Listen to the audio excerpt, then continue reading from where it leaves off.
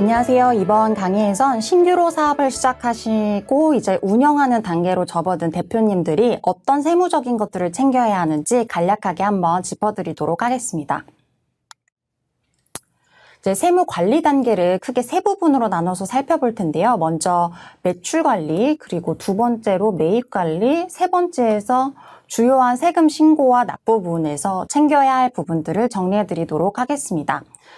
그럼 이제 가장 중요한 매출 관리부터 한번 살펴볼게요. 기본적이겠지만 사업자를 상대로 매출이 발생하면 세금계산서나 면세계산서를 발급해 주셔야 합니다. 아직도 종이세금계산서를 주고받고 있는 분들이 계시긴 하지만 사업장 규모가 어느 정도 커지면 그래도 전자세금계산서 발급 의무가 생기게 됩니다. 그렇기 때문에 우리나라에선 종이계산서가 이제 거의 사라지게 된 것 같은데요. 여기 의무적으로 전자세금계산서를 발행해야 하는 대상자를 법인 부가세 시행령에서 한번 살펴볼 텐데, 법인은 무조건 전자발급을 하셔야 되고 개인 사업자 중에서는 직전 연도 공급가액이 8천만 원 이상이었다면 그해 하반기부터 전자로 세금계산서를 발급하시면 됩니다. 만약에 다시 매출이 떨어졌다고 해도 예전처럼 종이로 발급하실 수는 없기 때문에 되도록이면 전자로 발급하는 습관을 길러두시면 좋습니다. 세금계산서 발급은 홈택스에서 하셔도 되고 별도 프로그램이나 서비스를 이용하셔도 되지만 발급할 때 꼭 포함하셔야 되는 필수 정보들이 있습니다. 그 세금계산서 필수 정보를 빠뜨리실 경우에는 하나가 잘못됐을 경우에 이게 발견이 되면 가산세로 물어야 되는 금액이 생길 수도 있으니까 알아두시면 좋은데, 발급하는 당사자의 사업자 등록번호와 명칭, 그리고 상대방의 사업자 등록번호, 그리고 매출액의 공급가액과 부가가치세 부분, 매출이 발생한 작성 연월일까지 챙겨주시면 됩니다. 필수적인 정보가 누락되거나 틀렸을 경우엔 세금계산서 관련 가산세가 부과될 수도 있으니 유의를 하셔야 되고, 그렇기 때문에 사업자와 거래하실 땐 초반에 상대 사업자분의 그 사업자 등록을 받아두시면 좋습니다. 다음으론 최종 소비자를 대상으로 매출이 발생하는 업종이라면 매출은 세금계산서가 아니라 현금영수증이나 신용카드 매출로 챙겨주셔야 하는데요. 요즘에 매출 구조가 다양해지다 보니까 플랫폼 매출이나 결제대행사 매출이 있는 경우엔 로그인 정보를 기억해 두셔서 세무대리인에게 공유를 해서 매출 관리를 직접 해주시면 됩니다. 국세청에선 최종 소비자 대상 업종들을 현금 영수증 가맹점에 의무적으로 가입하도록 정해두고 있는데요. 대표적인 업종이 이제 우리가 알고 있는 흔한 음식점이나 헤어샵, 안경샵, 학원, 전문 자격사 등이 있습니다.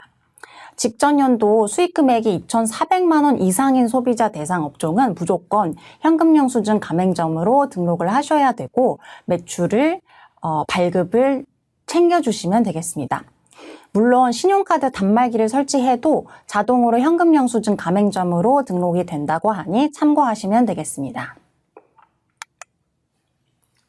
소득세법 시행령 다음 여기 별표 3의 의무 발행 업종을 열거를 하고 있는데, 짚어드리면 크게 6가지 종류가 있어서 옆에 적어두었습니다. 전문직과 같은 사업 서비스업이 있겠고요. 그리고 병원과 같은 보건업이 있고, 숙박 및 음식점업, 교육 서비스업, 통신 판매업, 그 밖에 소비자와 밀접한 관련이 있는 업종들이라면 반드시 현금으로 매출을 받으셨더라도 증빙을 매출 이런 현금 영수증이나 카드 영수증을 발급해 두셔야 합니다. 만약에 매출이 발생을 했는데 매출 증빙을 끊지 못했다고 하면 당연히 사업장에 위험 부담이 있습니다. 소비자 대상, 의무 발행 대상 업종이 매출 증빙을 발급하지 않았다면 미발급 금액의 20%를 가산세로 납부를 하셔야 합니다. 사실상 매출 증빙을 누락했다는 건 매출 누락으로 이어질 가능성이 높기 때문에 추가로 붙는 가산세들이 많은데, 간단하게만 말씀드려도 첫째, 부가세에 대한 과소신고 가산세 10%가 있고, 두 번째, 소득세나 법인세, 과소신고 가산세 10%가 당연히 따라 붙게 되고 각각 세금에 대해서 납부를 지연한 만큼 납부 지연 가산세가 연 한 이자 8% 정도로 붙게 되니까 매출은 꼭 누락되지 않도록 매출 증빙을 잘 챙겨두셔야겠습니다. 이제 매입관리 쪽으로 넘어와서 사업을 운영하면서 발생하는 비용은 어떻게 관리하면 될지 한번 살펴보겠습니다. 비용의 핵심은 거의 매출을 잘 관리해 놓은 것도 중요하지만 비용을 잘 챙기셔서 적격증빙으로 비용으로 반영을 하셔야 된다는 건데 대표적인 적격증빙은 카드를 사용했을 때 받게 되는 신용카드 매출 전표, 현금 영수증, 세금 계산서가 있습니다. 그 외에 이제 인건비를 지출했다고 하시면 원천세 신고를 챙기셔야 하고 이와 더불어 지급명세서 제출 의무가 있는데 이 뒤에서 한 번 더 설명을 드리는 걸로 하고요. 그리고 그 외적으로 회사 내규적으로 관리하는 지출결의서나 품위서가 있을 수 있고 해외 수입을 했을 때는 해외 인보이스나 외화 이체 명세서가 있을 수가 있고 경조사비 같은 경우에는 청첩장이나 부고장 캡처본으로 보관을 해 두셔도 비용 증빙으로 활용이 가능합니다. 근데 비용 이런 증빙들을 잘 챙겨두시라고 한다고 꼭 모든 거를 출력해서 종이 실물로 보관하실 필요는 없고 전산적인 요즘 관리를 잘 하시는 분들은 전자 파일로 다 보관을 잘 해두시면 된다고 안내를 드리고 있습니다. 이제 대신 개인 사업자 같은 경우엔 사업용 카드를 별도로 홈택스에 등록을 해주셔야 합니다. 그 이유는 법인 사업자는 개인과 별도의 인격체이기 때문에 법인 카드나 법인 계좌 등록하지 않아도 사업용으로 구분이 되지만 개인은 사업과 가사용이 잘 구분되지 않기 때문에 따로 등록을 해줘야 세무서에서 인정을 해주게 됩니다. 이제 등록 화면을 보여드리면 홈택스 화면에서 이제 하위 메뉴에 있는 사업용 신용카드 등록 및 조회로 들어가셔서 카드 등록 페이지에서 카드 추가를 이제 하시면 되는데 여기서 이제 많은 분들이 궁금해하시고 의외로 많이 여쭤보시는 게 개인이 쓰고 있는 카드가 있는데 따로 사업용 카드를 만들어야 되는지 여쭤보시기도 합니다. 하지만 저는 그럴 필요가 없다고 말씀을 드리고 혜택이 이제 이미 사용하고 있던 주거래 카드가 있다고 하시면 해당 카드를 사업용으로 등록을 해주시면 되고요. 한 가지 그 등록한 이후에 주의하셔야 될 거는 홈택스에 등록하신 카드로는 사업용만 쓰시고 가사용이고 좀 개인적인 비용들은 혼용해서 쓰지 않도록 안내를 해드리고 있습니다. 그 다음으로 개인 사업자가 챙기셔야 할 건 사업용 계좌 등록입니다. 사실 개인 사업자는 복식부기 의무자가 됐을 때부터 사업용 계좌를 등록하면 되지만 사업 초기 단계부터 사업용 계좌를 등록하라고 권해드리는 이유는 조특법상의 그 감면 혜택에 사업용 계좌가 필수 요건이기 때문입니다. 창업 감면이나 중특 감면이 그 대상이 될 텐데 미리 대상 업종이 아니시더라도 사업용 계좌를 등록해 놓으시면은 나중에 까먹고 이제 놓쳐서 가산세를 물으시는 일도 없으실 것 같아 안내를 해드리고 있고요. 경로를 보여드리면 홈택스에서 또 하위 메뉴에 있는 사업용 계좌 개설과 해지 메뉴로 이동을 합니다. 하단에 계좌 추가 버튼으로 클릭을 하셔서 등록해 주시면 되고 사업용 매출이 들어오고 이 계좌로 사업용 매출과 관련된 비용을 지출하시면 되고요.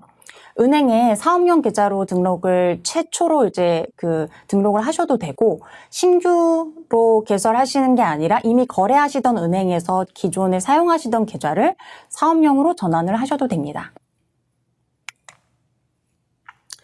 이제 다시 매입 적격증빙으로 돌아와서 이런 적격증빙들을 챙기지 못했을 때 어떤 불이익이 있을지 한번 알아볼 텐데요. 만약 대표님이 증빙 없이 사업과 관련해 지출을 했다고 주장을 하시면 저희는 이제 가공경비라고 볼 수밖에 없기 때문에 넣어드리지가 않습니다. 즉, 적격증빙이 없을 땐 가장 큰 불이익으로 비용으로 반영할 수 없다는 점이 가장 크겠죠. 그래서 가산세, 그 외에도 가산세 부분이 있기 때문에 좀 더 자세하게 가산세 부분을 짚어드리도록 하겠습니다.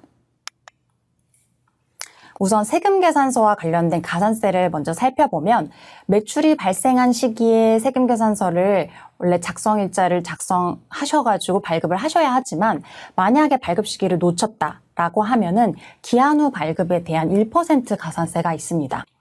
하지만 그 부가세 신고 기한까지 이걸 챙기지 못하고 그 기한을 넘겨서 또 기한 후 발급을 하시면 그보다 무거운 2%의 가산세가 적용이 됩니다. 만약 이렇게 세금 계산서를 지연해 발급하면 문제가 이제 발급한 쪽에서만 가산세를 부담하는 게 아니라 매입한 당사자 쪽에서도 지연 수치 가산세 0.5%가 발생하기 때문에 비용을 지출하시는 쪽에서도 적격 증빙을 제때 챙기시는 게 중요하다고 볼 수 있습니다. 만약 가짜 세금 계산서를 발급하거나 과세관청에 속임수를 써서 이제 가공 경비를 반영한다면 그 가산세율은 더 무거워지는데요. 가공 세금 계산서라고 한다면 그 발급한 자와 발급받은 자 모두 다 3%의 그 가산세율을 적용받기 때문에 타인 명의로 주고받거나 공급가액을 과다하게 기재하는 것도 양쪽 모두 2%의 가산세를 적용을 받게 됩니다. 추가적으로 부가세를 신고하실 때 함께 제출하는 합계표를 만약에 누락을 하셔도 0.5%의 가산세가 있기 때문에 신고하실 때 주의하셔야겠습니다. 다음으로는 증명서류 수치 불성실 가산세인데요. 아까 설명해 드리기로는 적격 증빙이 없으면 비용으로 반영할 수 없다고 설명을 드렸습니다. 하지만 이체 확인증이나 기타 계약서 등으로 사업 관련 비용인 게 입증을 하실 수 있다면 예외적으로 비용으로는 반영을 해드릴 수 있습니다. 하지만 적격 증명서류를 챙기지 못한 점에 대해서 증명서류 수치 불성실 가산세로 2%가 반영되니 역시 주의하셔야겠습니다. 다음은 인건비와 관련된 가산세인데요. 만약에 인건비 지급만 하고 원천세 신고를 놓쳤거나 늦게 신고를 했다면 두 종류의 가산세가 붙게 됩니다.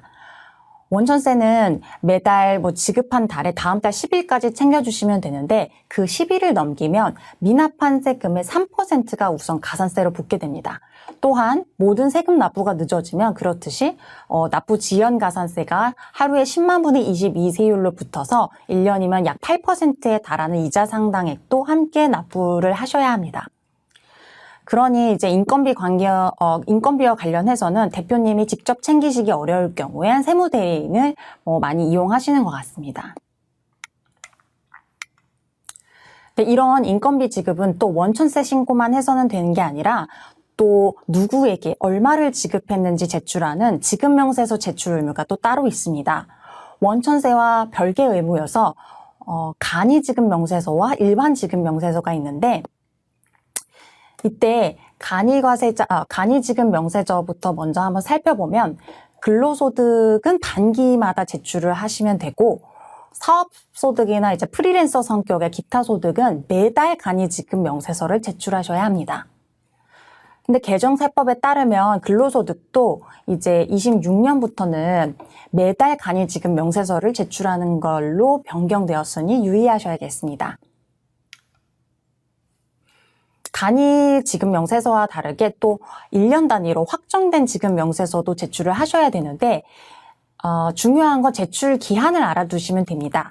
기본적으로는 매년 2월 말일까지 전년도 인건비 지출액에 대해서 제출을 하시면 되고 4가지 근로소득과 퇴직소득, 사업소득, 종교인 소득은 3월 10일까지 제출해 주시면 됩니다.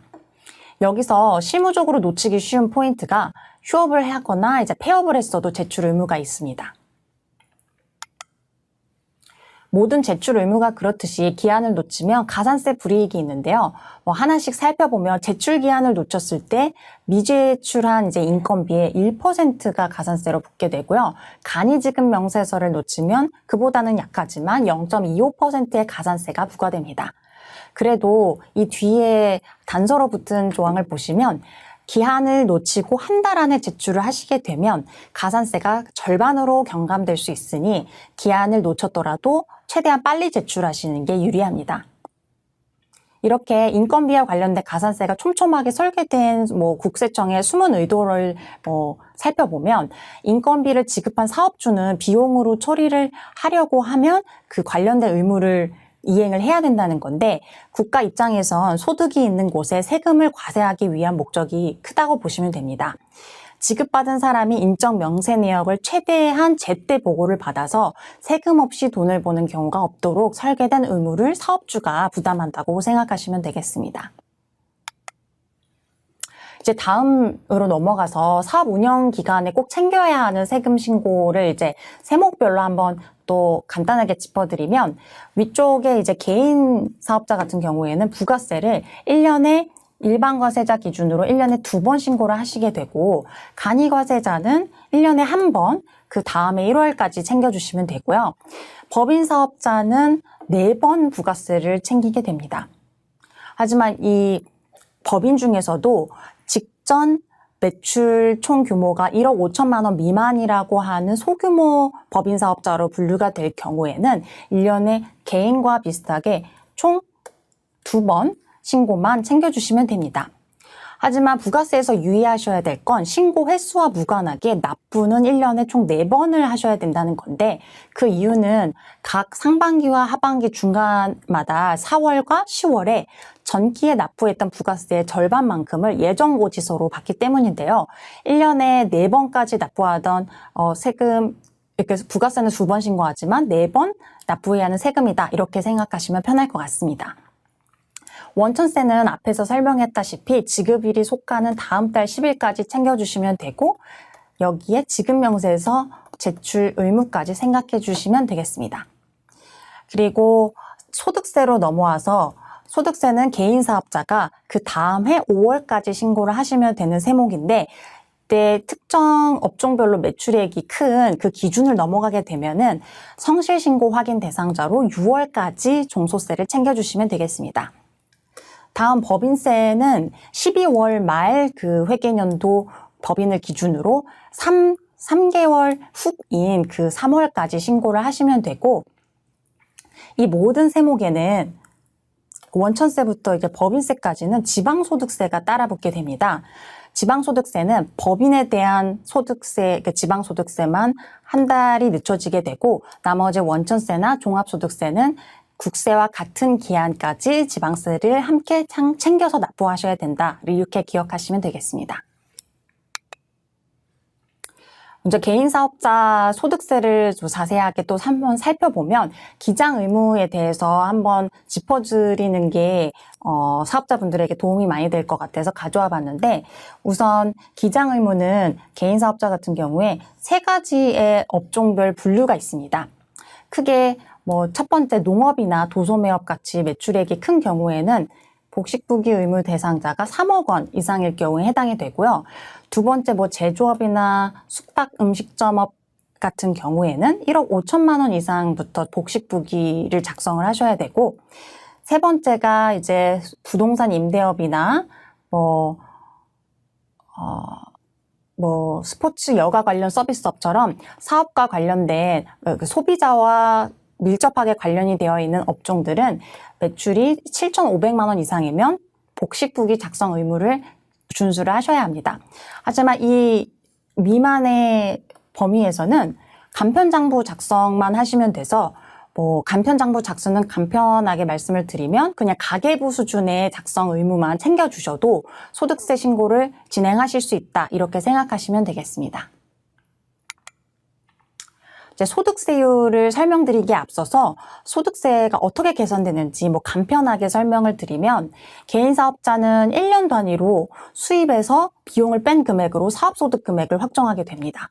이렇게 사업소득과 타 소득을 함께 합산해서 들어간 이 합산 금액이 종합소득 금액이 되고요.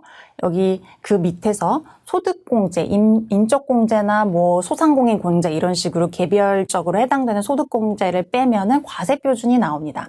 그 과세표준에 세율을 곱해서 산출세액이 나오고요.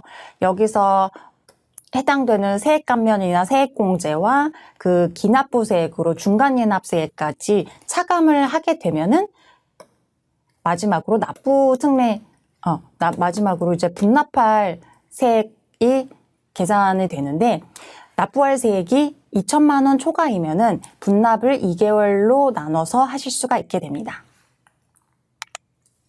그래서 이 소득세율을 간단하게 살펴보면 구간별로 6%부터 45%까지 세율이 누진세율로 적용이 되고요.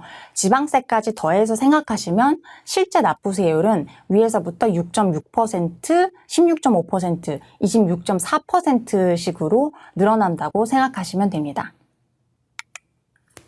소득세는 1년에 한 번 신고하지만 납부는 1년에 2번에 나눠서 진행하시는데요.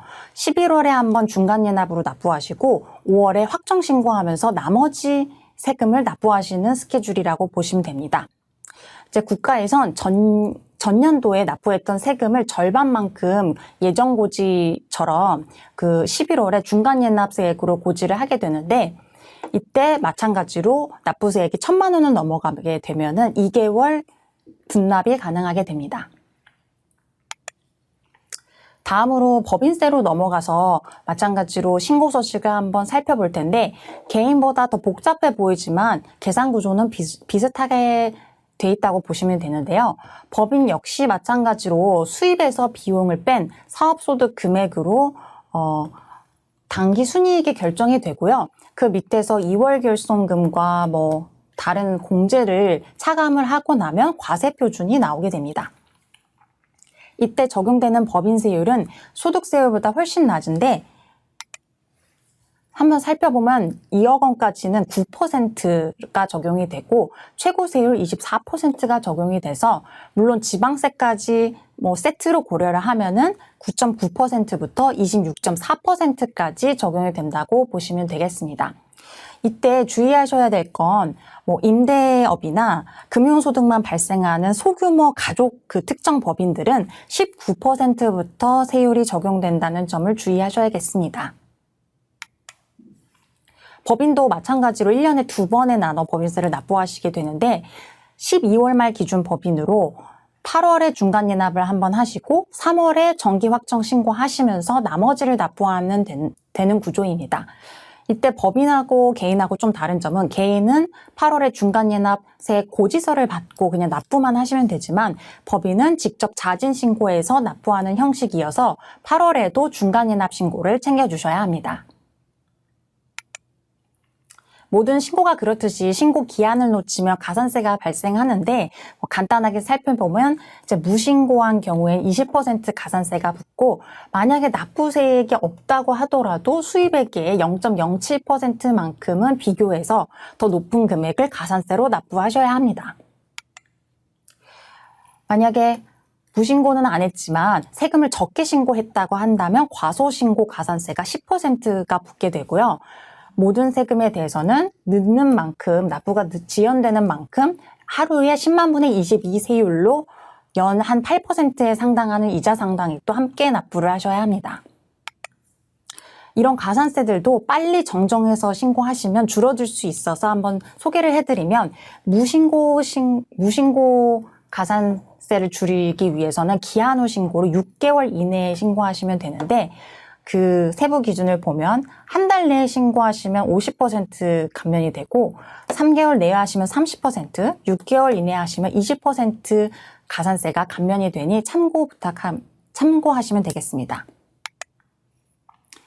그리고 마찬가지로 그 과소신고 가산세도 수정신고를 빠른 시일 내에 하시면 되는 그 가산세가 감면이 되는데 한 달 내에 하시면 90%, 3개월 내에 하시면 75%, 6개월 내에 하시면 50%, 1년 내에 하시면 30%, 1년 6개월 이내는 20%, 그리고 2년 이내에 하시면 10% 가산세 감면이다. 이렇게 생각하시면 되겠습니다. 이로써 사업 운영 중에 관리해야 하는 기초적인 세무 관리에 대한 내용을 마무리하도록 하겠습니다. 감사합니다.